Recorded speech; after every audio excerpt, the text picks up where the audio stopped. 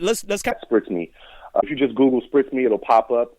You'll see some YouTube reviews. We were just featured in Forbes.com as one of the top 25 best gifts for Father's Day. So there's a lot of information out there.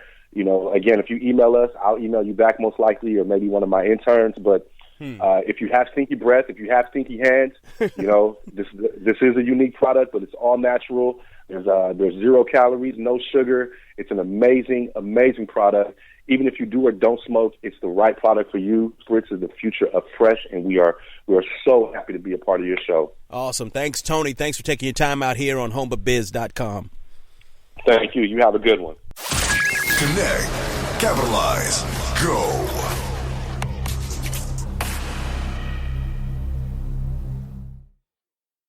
Hi, I'm Eugene Rowe, host of the podcast For Business. On behalf of our team, I'd like to say thanks. Every month, we're able to impact thousands of lives all over the globe with relevant, impactful, and insightful guests. Some of them have even been featured on national television shows like ABC's Shark Tank and CNBC's The Profit. Our mission is simple: to journey with you on your road to achievement. To do that, I'd like to invite you to partner with us in our Share All promise. I promise to continually share for free without commercial interruption and unnecessary subscriptions. And I ask that you promise to share us with your friends. Here's something you like? Simply use the social share buttons at the bottom of the page to tell your network about the podcast For Business. It's simple, easy, and only takes 5 seconds. That's it, partner. You've made the Share All promise. Put your mouth where your money is. Radio for small business with HomeBiz. Even sites around the South when they were a hospital company. Wow. Then went on to NTS. It's a regional commercial group here that leases office buildings. They had about 21 office buildings. Okay. Did some leasing for them, and then I got into general commercial brokerage and have followed that path. So tell me a little bit, what part of the country are you in, David? Midwest. Okay. Which, Louisville is a big area for industrial because it's about 6 hours to the U.S. David Lynch with Seminity in Louisville, Kentucky. Am I pronouncing it right, David? Louisville? That is correct. Awesome. You got it. I could tell you talked to someone here before. Oh, yeah, I've been corrected before. You say Louisville in Louisville, and people look at you funny. Right. That's right. Where are you from? So now you're commercial realty. Most of the people that we talk to, they're either residential or in many cases they're investors. Tell us about the commercial industry that makes it different from, say, for instance, residential. Some of the things that make commercial a little different is the time. It takes a much longer time to make from the actual listing to the sale to the closing. You can have some that could go as much as 2 or 3 years, depending upon the complication of it. So timing is a big issue. Then where you advertise is different methods to get the word out on the internet. We use about 20 platforms that we push our information out to. Okay. We have a state site, national site, and then these about 20 platforms we pass the information out to. So advertising is different. I like what you said about the advertising, because I'm guessing with its commercial, do you guys ever try to focus, say, for instance, if a building's empty or a commercial real estate property is empty, do you maybe try to help companies who want to move into town, incentivize them to move into your places? Yes, we do. That would be mostly leasing a lot of times. We do all kinds of leasing for large and small properties. And that's a little bit different game. You play that game with a letter of intent usually to say, it's kind of like, this is what I'd like to do, and then you negotiate that back and forth before you get to the lease. I got you. So that is the leasing side of it. Huh.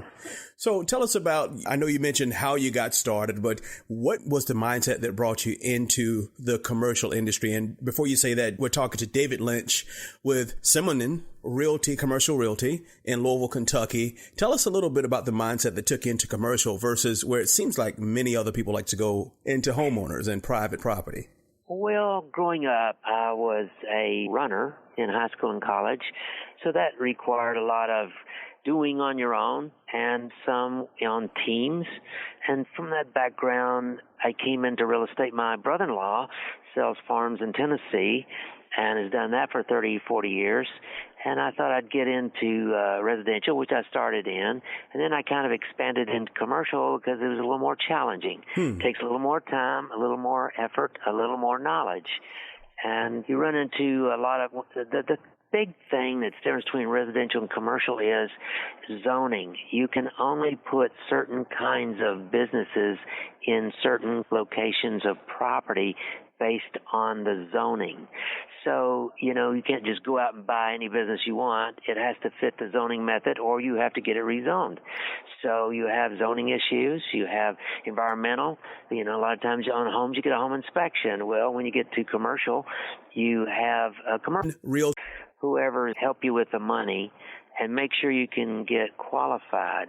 And that can take sometimes anywhere from a month to 2 or 3 months, even up to 6 months I have seen in the days when we were between 07 and 14. Oh, in the market. A long time because the market requirements for lending changed, and that forced more time involved in that. So the most important thing is to get started with the lender first. And then secondly, you want to find, someone you can work with that has kind of the same kind of mindset that you do. That's very helpful if you're all working on the same page of kind of attitude of the process.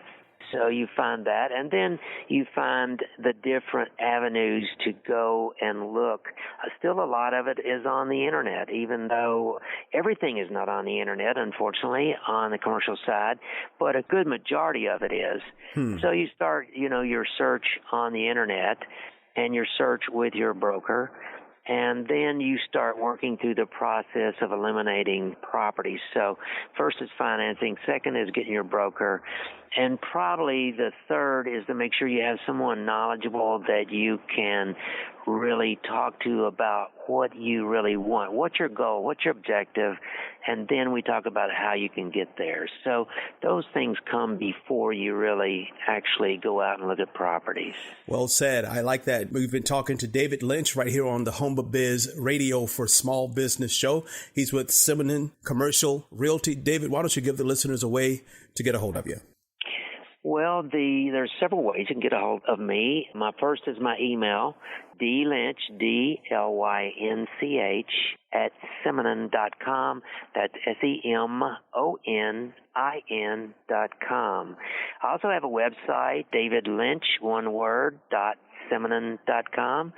I have plenty of numbers. Probably my cell number is the easiest way, area code 502-417-3888. You can find all that on my website, and I have a $5,000 bill on there. If you click on it, it'll give you a miniature 2.5-minute version of my listing presentation, so you kind of have a little heads up on what I do and how I approach it. Awesome. Thank you so much, Mr. David Lynch with Simenon Commercial Realty right here on homeofbiz.com. Make sure as a listener, you touch, share, like, tweet, whatever you do it online. We're available everywhere. David, thanks for taking your time out on homeofbiz.com. Okay, no problem. Thanks for the call. Connect, capitalize, go.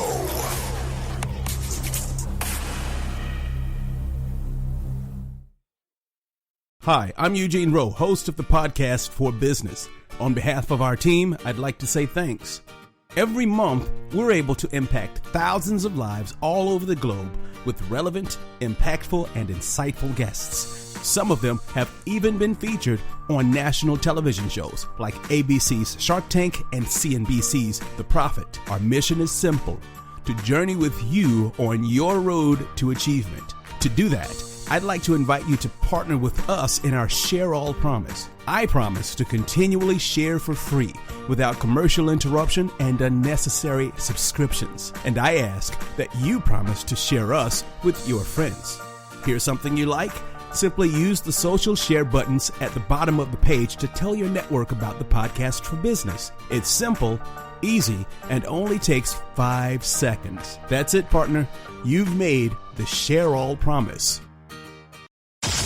Inside the mind of the owner. Radio for small business. Connect, capitalize, go. It's Radio for Small Business. Your host, Eugene Rowe, on HomeBiz.com. You can check out the show not just at HomeBiz.com, but on Google Play, iTunes. I think it's on YouTube. We've got it on Spreaker, Soundcast, and anywhere there's sound available, you can check it out.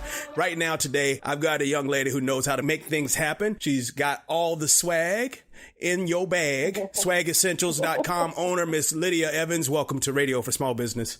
Oh, thank you for having me, Eugene. I appreciate it. So tell us, I remember you from ABC Shark Tank. That's where I remember you from. You went on to the show, but I don't want to talk about that yet. I want to talk about your background and how you got to starting business first. Tell us about that. Okay, well, I started in business many years ago, actually 9 years ago, making a ladies line called La Bella Dolce. And it was like your handcrafted sugar scrubs, lotions. And my focus was for people that had sensitive skin like myself, because I'm a sufferer of eczema. And so I just made a bunch of natural products that were enriched with different oils and tinctures and hydrosols that help people like myself that had eczema. So that was my initial start, was actually solution to my own skincare issues. Gotcha. And as time went along, I became a licensed esthetician where I really studied and learned skincare by the book. So I just mixed the two, and here I am. Wow. And eventually, now you've got a product that Forbes magazine calls the coolest gift for travelers. How was it getting that designation?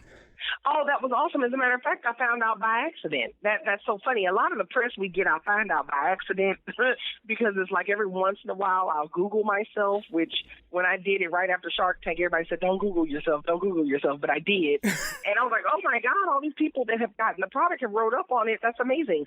So I didn't find out about it until well after the journalist had wrote about it being the coolest gift for travelers. And she did that around the holiday. And then this past Father's Day, from a completely different journalist at Forbes, she named us the best gift for Father's Day. Wow. It was awesome. Wow, yeah. That's pretty cool. You got so much stuff going on. It's like, okay, Forbes writes you up and you don't even know about it. It's just business as usual, right? Yeah, pretty much. That's pretty awesome. So tell us about, obviously when you go onto shows like ABC Shark Tank, you're attempting to raise capital from investors. And in this case, it's the sharks. Tell us about the mindset you had going up to preparing to pitch investors for your business. Okay, well, before I even left Houston, Texas, I told my mother and my father, there's two things I'm not going to do. I'm not going to get an attitude and embarrass my family name on national TV if they turn me down. Good idea. That was the first thing. And the second thing was I'm not going to cry. Only because I just feel like there's business and then there's emotion, and the two don't need to cross. Gotcha. So when I went out there with a very fixed mindset of I'm going to go tell them the honest to God's truth, even though I know I didn't have, but $54,000 in sales. I'm going to tell them the honest to God's truth. I'm going to tell them my numbers, and I'm going to stand behind them firmly. I'm going to say I did $54,000 in sales as if I did $1 million. Right. Because I feel like to sell a $54,000 in one bar of soap by yourself out of the trunk of your car was a feat to me. So I went out there with all the confidence like I had a multi-million-dollar brand. But that doesn't mean that I didn't want to faint while I was on that stage. Right. Because it's very real. It's extremely real. So there's no pre-taping. There's none of that. You tape one time, and that's all you get. So when people saw me on TV on December 5th, that was the first time I saw myself. Wow. So just in case you're just tuning in, we're talking to Lydia Evans, owner of SwagEssentials.com, SwagEssentials.com. Now, I'm saying SwagEssentials.com right now, and they're on Radio for Small Business. But Lydia, you've got a cool story about when you went on to the show, you didn't necessarily have that domain name yet, did you? No, I did not. I actually tried to get it, but it was taken. There was some little teenager, like a 15-year-old kid, that had like a little online store for T-shirts. And when I tried to contact them, they were like, no, it's not for sale or whatever have you. Neither here nor there. I went ahead and took the domain pure-swag because I felt like, okay, pure to play off of the fact that, our tagline is grooming by pure design because all of our products are natural and made with pure ingredients. And then SWNG, which is an acronym for our full name, soaps, washes, and grooming. So we took the name pure-swag.com as a domain. Well, shortly after we got that and we aired on Shark Tank, all of a sudden I get an email from an anonymous man. He said he wanted to stay anonymous. And he said, hey, why are you promoting pure-swag and not your domain? That's bad for branding. So then, of course, my first response was like, no, duh. Like, yeah, of course. Really? I know that. Do you think I would just purposely go get this name if it was available? So I responded back, sir, it's not available, but thank you so much for your feedback, and I appreciate that. And so he responds back and says, well, it was up for sale in February, and I have been monitoring it ever since. Wow. And I bought it. And I'm willing to transfer it over to you. Well, of course, because right after Shark Tank, everybody is connecting themselves to my pockets as fast as possible. I'm like, oh, this man is going to try to sell me this domain name for thousands of dollars. But it has value to my brand, and I was literally preparing myself to do that. But by the grace of God, he responded back, and he said, I'm not asking you for anything. I love you. I love your personality. I think you're going to go far, even without a shark. Your product's great. I do definitely want to remain anonymous in this. However, I would like to just transfer it over to your company, and I'll pay for everything. What? And I thought it was a joke. Really? And I was like, wow, what an angel. Yes. And I was like, what an angel. And I was like, sir, we can send you a check made out just blank. You can put your own name in there. And he was like, no need to. Wow. And he sent me back an email like, this is some good marketing advice for you. And, I do this professionally for a living. And I think these are some tips you can apply. And best of luck with your that's your amazing. business. And I was like, wow, yeah. Wow. So I guess, you sow those good seed and eventually something comes back to you. And this guy, he probably could have sold it on the market for at least $5,000, $10,000, I'm guessing. Easy. And I bought it. Yeah. Wow. So we're talking to Lydia Evans, owner of swagessentials.com right here on Radio for Small Business. You can check the show out on homeforbiz.com, Google Play, iTunes, and many, many more places, even Twitter and Facebook. Lydia, you mentioned something, and let's switch a little bit because obviously you came off the show. You've got some marketing publicity, and you mentioned something that people were trying to attach themselves to your pockets. Tell us about some of the things you got to do to prepare yourself, even for after the show, for, the good people and the not so good ones. Well, life changes immediately. When you go there, you have a team of people that kind of trying to, they kind of give you some little tips here and there, like just know that regardless of how this goes, as long as your product is quality and you're a likable person, you will be successful. However, without a deal, only a certain percentage of people and a very small percentage are successful because you don't have that capital in advance. And I was one of those people. I did not have the capital in advance because, for one, I didn't get a shark, and for two, I just didn't have enough to sew into my brand to get me out of my apartment. Okay. And so for me, it was a very unique situation because my product is very niche. So after I left there, I got thousands. And when I say thousands, I mean thousands of emails and phone calls from people that said they saw me on the show. They were so motivated by me. They loved the fact that I stood up and I represented my brand and I didn't fold over. I didn't show any sadness. I said, well, thank you, and I'll take that and raise you one. And it was women and men from around the world that had such positive, great feedback. But then also, of course, with that comes people that feel like, oh, I know if I was her, I would do this. If I was her, I'd have done that. Yeah, it's a very shoulda, coulda, woulda situation because it's unnerving to stand in front of five multi-millionaires that in your mind you feel hold your brand's livelihood in their yay or nay of an investment. Now, of course, that's how I felt then. But afterwards, when the orders came in and they flooded me, and I'm looking at my second bedroom and I'm looking in the closet where I would make my products, and I look in there, I see 100 soap bars, and we sold 10,000 units in 4 hours. Ouch. So, yeah. So it was very overwhelming, but it was so humbling. I think I literally, the first 3 days after that, I did not sleep, Eugene. I literally... No, I was like a zombie because I was it felt so unreal. It felt like I was living someone else's life. Wow. Every time you turn around, someone's on the phone wants to interview me. Someone wants to talk to me. Someone wants the product. I mean, it was crazy. People were like, yeah, I'm trying to find out where I can come pick the product up. Well, we didn't have any retail locations but my brother's shop. And he said when he went to his shop the next day, it was a line wrapped around the corner of people waiting on him to go to his shop. He didn't have enough inventory. You had 100 bars in the closet, right? So yeah. And what they didn't understand was when people saw me in December, they thought, oh, she just taped this. That it doesn't happen like that. I didn't just tape that then and walk off the stage. So people were like, how are you going to go on Shark Tank and you're not prepared? And I'm like, sweetheart, I had no financial injection in my business. Right. And I'm doing the best I can. So I had to literally take off that, yay, I got able to be featured on Shark Tank. I had to take that hat off and put on my humble business person hat and literally take these calls of people that are saying, so what do you mean I'm not going to get my product for a month? Oh, man. What do you mean I'm not going to? So I had to express it to people, and you'd be amazed at how many people were like, oh, I didn't realize that. Right. Oh, I don't know why I thought you'd have just had thousands of units sitting up waiting.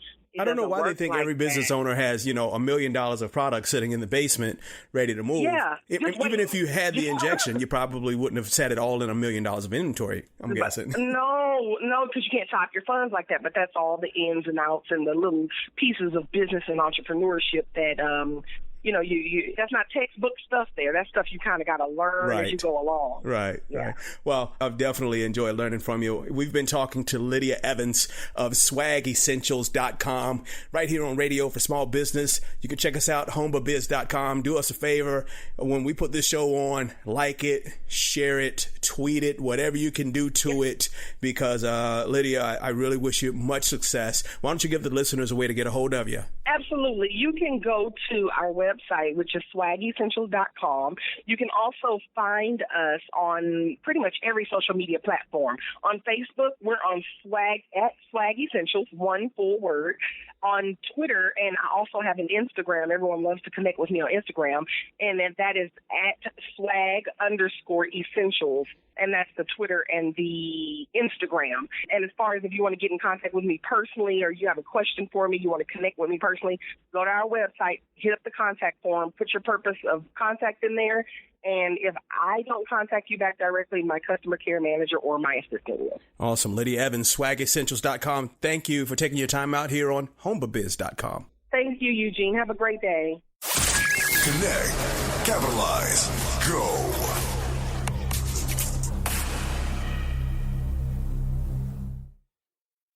Hi, I'm Eugene Rowe, host of the podcast For Business. On behalf of our team, I'd like to say thanks. Every month, we're able to impact thousands of lives all over the globe with relevant, impactful, and insightful guests. Some of them have even been featured on national television shows like ABC's Shark Tank and CNBC's The Profit. Our mission is simple: to journey with you on your road to achievement. To do that, I'd like to invite you to partner with us in our Share All promise. I promise to continually share for free without commercial interruption and unnecessary subscriptions. And I ask that you promise to share us with your friends. Here's something you like? Simply use the social share buttons at the bottom of the page to tell your network about the podcast For Business. It's simple, easy, and only takes 5 seconds. That's it, partner. You've made the Share All promise. All new Radio for Small Business. It's Radio for Small Business, your host, Eugene Rowe. Check us out on homebabiz.com. That's HOMBABAZ.biz.com. I better spell it right myself. Nevertheless, if I get it wrong, someone's going to get me organized to get it right. Miss Angela Cody, owner of Major Mom, is on the show. Angela, welcome. Thank you, sir. It's good to be on your show. Now, Major Mom, those are two words that normally don't go together, so you got to tell us what's up. Well, I was a major in the Air Force. Really? Yes, I was in the United States Air Force, served for almost 14 years. I had a baby girl when I was a major in the Air Force. I would get home from duty, and my husband would say, Major Mom is home. And then my son was born 18 months later, and I decided that military life and motherhood were no longer compatible, so I resigned my commission and got out to be an entrepreneur of all things. Oh, man. So getting out of the military, 14 years as a major, first of all, thank you for your service. I really appreciate that. Welcome. That was obviously a big switch from a lot of structure in the military to an entrepreneur. Tell us some of the things that went through your head. Tell us some of the ping pong that might have gone through your head. In the military, you really are told what to do, when to do it, how to do it. So you don't really have to do a lot of thinking for yourself. However, there are times when the best made plans go awry. And I think that's where I was taught the skills that I'm now using in the entrepreneur world, because you have a plan B for any mission, and many people know that plan goes to pot pretty quickly in some arenas, and then you need to adapt, overcome, use everything you know to make sure the mission gets met. And I think, wow, that is so much like entrepreneurship, because you have this idea and these goals, and you're going to have this many clients and make this much revenue, and you have your projections and all the fancy schmancy plans, and then they don't they don't work like that, do they? And then you have to start going, okay, plan B, plan C, plan D, and then we're already at plan, not what would be C right now. Now, when it comes to, being flexible, because flexibility is a major key for an entrepreneur. And I know a lot of people who haven't taken that's a major thing for them. Were you naturally that flexible as far as making backup plans, or is it something that you purely learned in the military?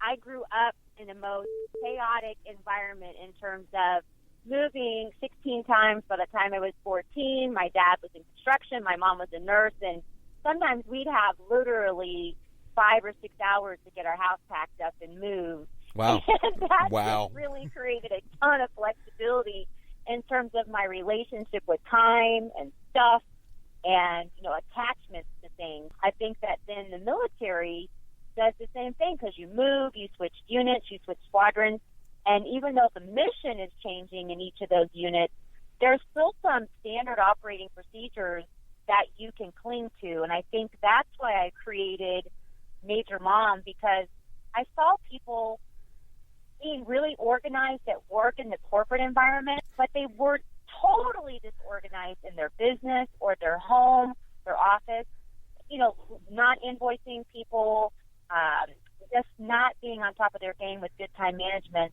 And that's why 8 years ago we started this organizing company to help others really keep their act together, if you will, because I don't know if you agree with me, Eugene, but I think that being organized is a critical skill in entrepreneurship. I agree 100%. In fact, we're talking to Miss Angela Cody, owner of Major Mom. She helps individuals, businesses get organized with her business. Former United States Air Force officer, and we're talking about the importance of organization to entrepreneurship. Angela, give us a couple more tips, or maybe some things that just being organized could help a business owner do. Being organized in general, I think, requires you to know what you're good at and what you're not good at. So some people listening today may be really good at organizing their numbers. They might be good at organizing their papers, or maybe they aren't organized at all. So they still try to be their own bookkeeper, still try to be their own assistant, and create their own file systems and never reach out for help. So my first big thing is entrepreneurship is not meant to do alone. It's meant to outsource and gather other people that have great skills than you do in certain areas so that you can do what you're super good at versus spending lots of time in the office doing something you hate doing. Right. And you know what? There are businesses out there where the owner actually works for the guy he hired as a CEO or the girl they hired as a CEO just because the owner knows his limitations. And I think that's a great piece of advice. What are some other things that you found that simply being organized can do to help entrepreneurs succeed? Well, being organized in terms of your office, in your life, it saves you time, money, and energy. A lot of business owners that we organize have duplicate purchases on so many levels, which is such a waste of time, whether it's 2 or 4 printers, gadgets and gadgets.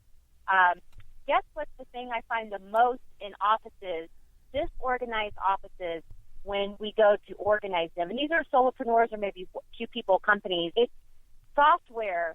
The magic bullet. They buy all this software and it sits on the shelf and never gets opened. Or books that never get opened, and their offices are full of stuff that they think, if I just read this book, if I just get this software, if I just sign up for this program, or if I just go to 10 more networking events, I'll have 200 business cards that I can throw in a box and do nothing with. Oh, man. And that's my second thing is do something with those business cards. Otherwise, just stay home. Yeah, you'll save a lot of time. I think I read a stat over up to 80% of networking events and trade show leads go unfollowed up on, which is kind of crazy. So we're talking to Angela Cody. She's owner of Major Mom. She is an organizer extraordinaire, former Air Force Major. That's an officer, I think. Angela, we've been on the process of talking about organization, and one of the things that businesses have to get organized for is when it comes to raising capital and bringing in investors. Have you ever raised capital at all? Oh, goodness, I have raised capital. I've been on Shark Tank. I've done pitch competitions all over the United States, and let me tell you how organized you have got to be for those types of events.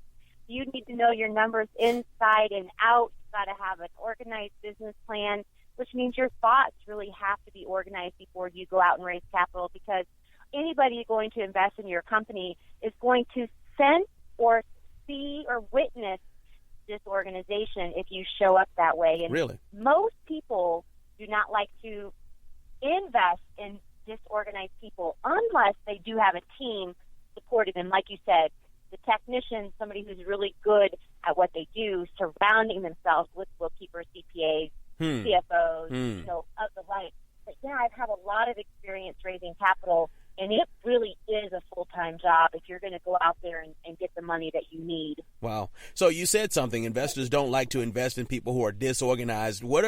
Is there a in you, and it really gets to the heart of the entrepreneur and why they're doing what they're doing. Does that make sense? Like they're like, yeah, we can read the numbers and we'll verify those in the bank accounts, and we'll verify all that good stuff. But what we can't verify is what's motivating you. What is motivating you? And I have saw so many people give pitches to raise capital, show up disorganized. I can't tell you how many people show up to Shark Tank without all of the things that they need, stuff for their set. Oh, no. It's a disaster to watch. Oh, man. We've been talking to Angela Cody, owner of Major Mom. She's been in multiple pitch contests. She's been on ABC's Shark Tank. Angela, why don't you tell the listeners the website and how they can get a hold of you? Okay, our website is majormom.biz, and they can go straight to the website, click contact us. If anybody out there listening has some questions about organizing their home office or just entrepreneurial questions in general, we have a question button on our website. If you hit contact us, that questions will be directed directly to me, and I can spend a few seconds with you and help you out, because getting organized is not a luxury. It's a necessity. Oh, I like that. I like that. Angela Cody, owner of Major Mom, thanks for taking your time out on homebabiz.com. Thank you so much. I hope you have a majorly organized day. Connect, capitalize, go.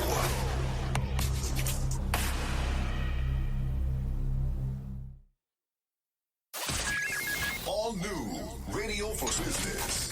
It's the podcast for business. After that, I'm not doing people's lunch dishes. Highlighting the best emerging talent. Oh my God, all these people that have gotten the product and wrote up on it. That's amazing. The podcast for business, live every weekday at 4:30 p.m. Eastern. If I think positive about the results, only positive results are going to come to me. You never know what you'll hear. If we didn't have that foundation, I don't think I would have had the balls. Well, I don't have balls, but hey, you can say it.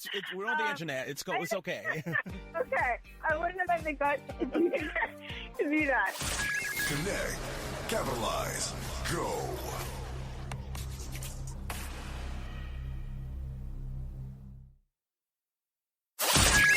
All new Radio for Small Business. Do you remember how awesome it felt to receive a real handwritten note in the mail from a friend? Tomer Alpert of Felt is bringing that feeling back. Tomer Alpert, welcome to Radio for Small Business. Thanks for having me. Hey, why don't you tell us what Felt is? I had a chance to visit the website. I think it's really cool. But why don't you tell the listeners a little bit about your business? Sure. So Felt is an iPhone and iPad app. that lets you send personal handwritten cards in the mail. You simply select your card, then you get to handwrite your message. You can use your finger or a stylus, and then we print that card on premium paper and mail it for you. We hand apply a stamp and take it to the USPS within 24 hours. So I can already see where this would make my life a lot easier. My wife likes to send cards, after almost everything that we do. Okay. So where'd the idea even come from? Where'd you come up with this thing? So my wife and I, Gracie, went to a dinner party one night, and on the way home, she wanted to send the host a thank you card. And the stores were all closed. We had no idea where our stamps were. And I thought, there just has to be an app by now that lets you do this. So we went onto the App Store, and the only apps that existed let you type your message, and then they printed your literal text message onto a card. And we just didn't feel that was very personal. So we got really excited and, basically went to work the next day on creating Felt, building our team, and starting this journey. Wow, just like that. So from a party, wanting to be a good guest and saying thank you, you realize there's nothing out there because, of course, there's supposed to be an app for that, right? It wasn't out there, and right. You came up with the idea. So I heard you say you and your wife went to work together. So how'd you guys kind of get started putting the business together? Did you start working on the app first or the business first? I heard you mention team. What came first for you? Yeah, the first thing that I did was, I wanted to make sure that handwriting could look natural when it was printed.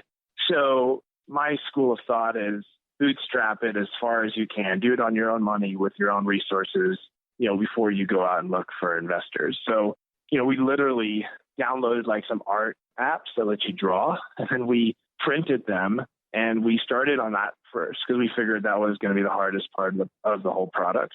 So we found some really interesting ways to make handwriting when it prints look completely authentic. And today people email us and they're like, I sent my mom a Mother's Day card, and then I called her because I wanted to tell her about Felt, and she couldn't understand how the card she received was from an app. Wow. Because it was their handwriting and it looked so authentic. And so that was the first thing that we did. Yep. And then we started building our team. Once we figured out we could make a card look real and just replace pen and paper with your app and your finger, we started building the team. And the first thing that we looked is okay, what don't we do well? What parts of this business are we going to need to find other people to help us with? And the very first one, I have a lot of experience in entrepreneurship, but never in consumer products and consumer brands. Okay. And I knew from day one that I wanted Felt to be a brand that millions of people used.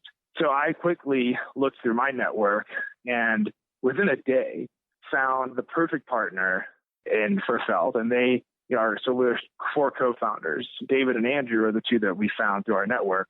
And they are, brand experts. They're advertising executives and brand launching experts. Wow. So they helped us put the whole thing together. That's crazy because most people would ask themselves, what can I do to save the most money? And you said, what do I not do well? What kind of training or mentality had you developed before then to get you to even ask that question? Yeah. What got me